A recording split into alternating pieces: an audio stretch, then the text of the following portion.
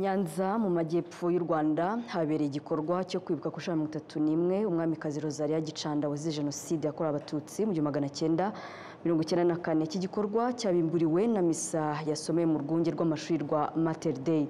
Tariki 20 Mata mu 1994 nibwo umwamikazi Rosalia Gicanda yishwe. Mugenzi wacu Clement Karambizi yaganiriye na bamwe mu babanye n'umwamikazi Gicanda ndetse n'abagendaga mu rugo rwe rw'umwamikazi rwari Astrida ubu ni mu karere ka Huye, maze adutegurira inkuru ndende ikurikira.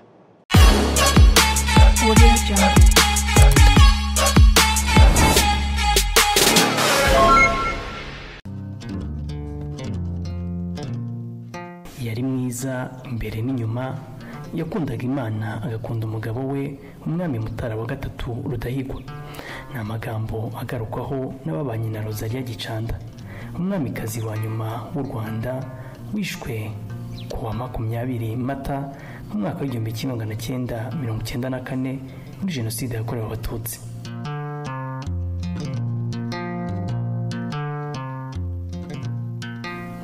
Gicanda yari yarashakanye n'umwami Mutara wa gatatu Rudahigwa wabatijwe Charles Léon Pierre. Babanye imyaka igera kuri 17 kugeza umwami Rudahigwa atanze ku wa 25 Nyakanga mu mwaka wa 1959 mu gihugu cy'u Burundi i Bujumbura. Ubwo u Rwanda rwahindukaga repubulika, Gicanda yatangiye gucunaguzwa. Ntibyateye kabiri mu mwaka wa 1961 wari perezida Kayibanda Gerwari yamwirukanye mu Rukari i Nyanza, maze ajya gutura Astrida i Butare ubu ni mu karere ka Huye.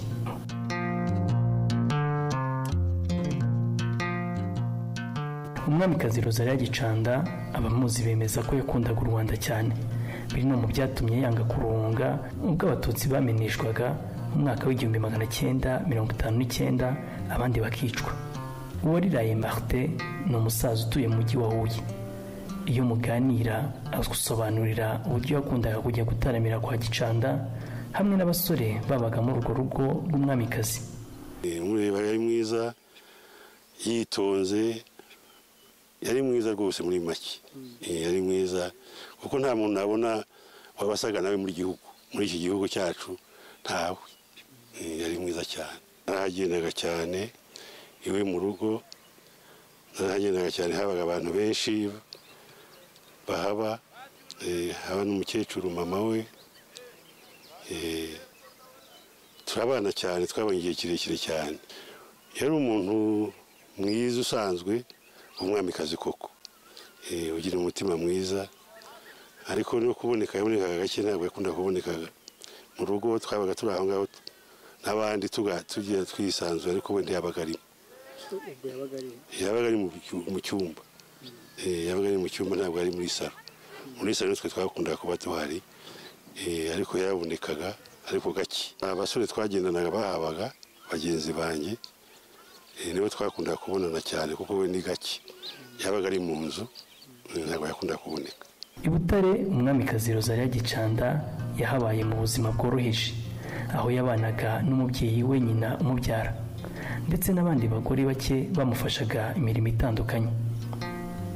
Teresa Mukangwije yajyanaga n'umwamikazi Gicanda mu modoka bakajya gusenga kuri katedrali ya Butare, dore ko umwamikazi yakundaga gusenga cyane.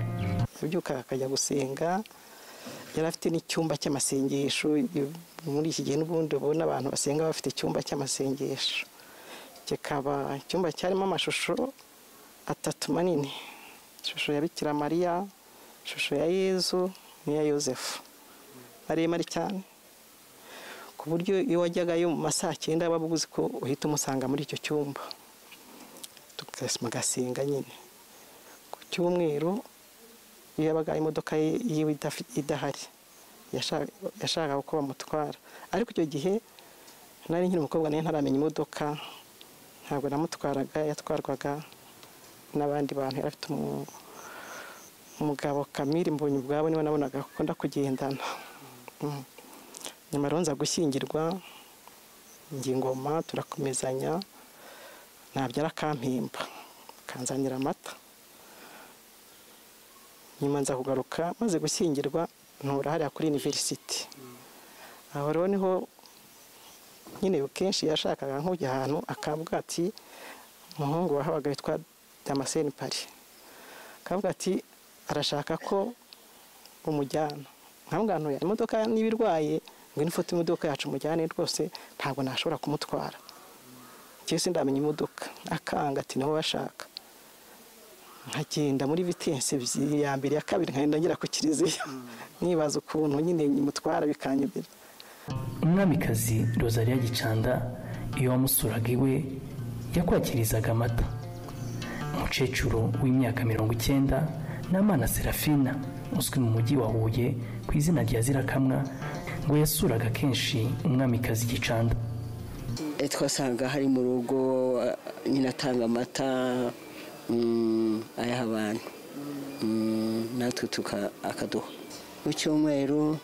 Icyo gihe abantu bari nabo bahugiye mu twabo mu cyumweru ushobora kuba nk'abagiye nka rimwe, ariko hari n'ahandi twahuriraga ahantu twajyanaga n'umupadiri w'umuyezuwiti Padiri Gasenge tujya ahantu mu nama y'umushumba mwiza, kuko twashakaga umushumba mwiza murahazi Kigali ahantu hari umushumba mwiza, aho haberaga inama tukazijyamo twumva ukuntu abantu bafasha abamama babyariye iwabo. Nuko niyo nama twajyanaga na Gicanda. Ndamwibukiraho cyane nuko nabonaga ari umuntu utuje, nuko nabonaga ari umuntu wicisha bugufi kandi w'umukristo.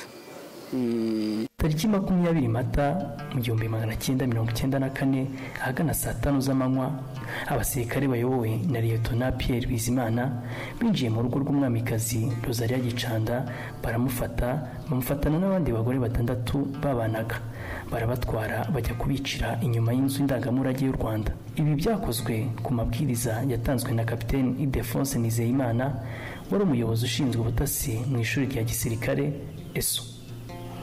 Nk'uko mu muryango w'umwamikazi Rosalia Gicanda bagenda bigarukaho iyo bari kumwibuka, ndetse n'abari bazi Rosalia Gicanda n'uburyo urupfu rwe rwaba rwaragenze.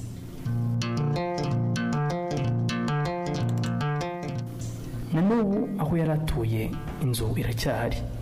Icyakora inzu yatangiye kuvugururwa mu rwego rwo kubungabunga amateka. Umwamikazi Rosalia Gicanda aruhukiye Imwima ya Nyanza ahatabarijwe umwami Mutara wa 3 Rudahigwa na Kigeli wa 5 Ndahindurwa.